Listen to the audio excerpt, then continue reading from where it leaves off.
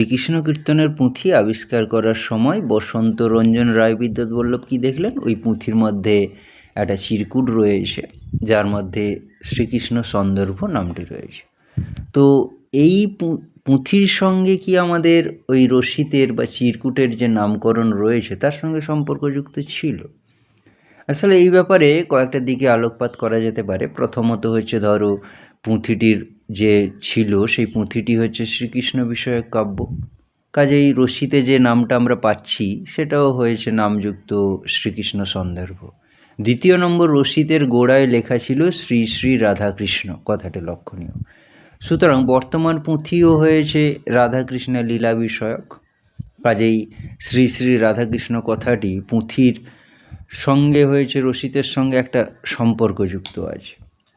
তৃতীয় নম্বর, একটা আমরা জিনিস দেখি যে শ্রীকৃষ্ণ কীর্তনের পুঁথিটি যদি আমরা ৮০ থেকে বা ৯০ এরকম একটা পত্রে সম্পূর্ণ হয়ে যেত তাহলে রসিদটাকে অস্বীকার করতে পারতাম। কিন্তু আমাদের কারণ কি, রসিদে পৃষ্ঠার সংখ্যা লেখা আছে ৯৫ থেকে ১১০। আবার শ্রীকৃষ্ণ কীর্তনের যে পুঁথি আমরা পেয়েছি সেই পুঁথির শেষ পত্র সংখ্যা ২২৬।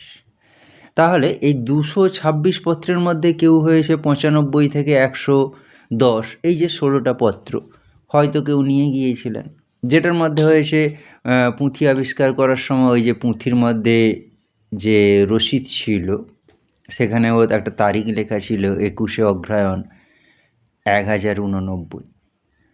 যাই হোক, এই রকম কেন হতো? তাহলে হয়েছে কেউ নিয়ে চলে গেল, এরকম ঘটনাগুলো কেন ঘটলো? কারণ মনে করা হয় যে পুঁথি নকলের জন্য এইভাবে কয়েকটা পৃষ্ঠা নিয়ে যাওয়ার ব্যবস্থা ছিল। পুঁথির মালিক সম্ভবত কী করতেন না, সমগ্র পুঁথিটি লিপিকরদের হাতে তুলে দিতেন না, কয়েক পৃষ্ঠা নকলের পরে আবার মূল কপি ফেরত আসলে আবার কয়েক পৃষ্ঠা দেবার ব্যবস্থা ছিল। যাই হোক, এ প্রসঙ্গে আমরা দেখতে পারি যে বিশ্বভারতী পত্রিকার ওই ১৩৭৯ মাঘ চৈত্র সংখ্যায় হরেকৃষ্ণ মুখোপাধ্যায় যে শ্রীকৃষ্ণ কীর্তন পুঁথির লিপিকর শীর্ষক একটা প্রবন্ধে জানিয়েছিলেন যে শ্রীকৃষ্ণ কীর্তন যে কৃষ্ণ কীর্তন পুঁথির মাঝে মাঝে ২-৪টা পৃষ্ঠা হারিয়ে গেছে। নিশ্চয়ই একাধিক পুঁথি ছিল, পুঁথি নকল করতে গিয়ে হয়তো কোনো কারণে মূল পুঁথির ২-১ পৃষ্ঠা হারিয়ে গেছে কিংবা নষ্ট হয়ে যেতে পারে। তখন পুঁথির মালিক হয়তো পুঁথি না দিয়ে সেই হারানো বা খোয়া যাওয়া পাতা হয়েছে নকল করে পাঠিয়ে দিয়েছেন, এমনও হতে পারে।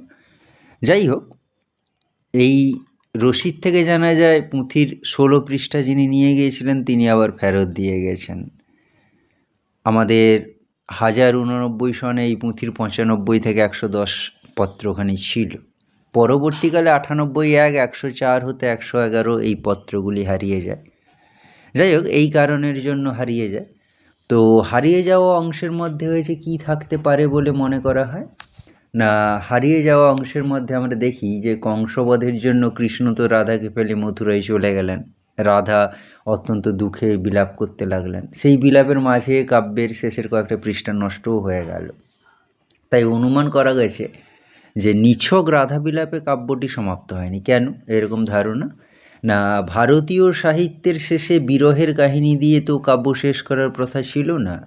তাই মনে হয় কবি শেষে রাধাকৃষ্ণের পুনর্মিলন বর্ণনা করেছেন। যাই হোক, সে সম্পর্কে আমাদের এটা অনুমান নিতান্তই গবেষকদের।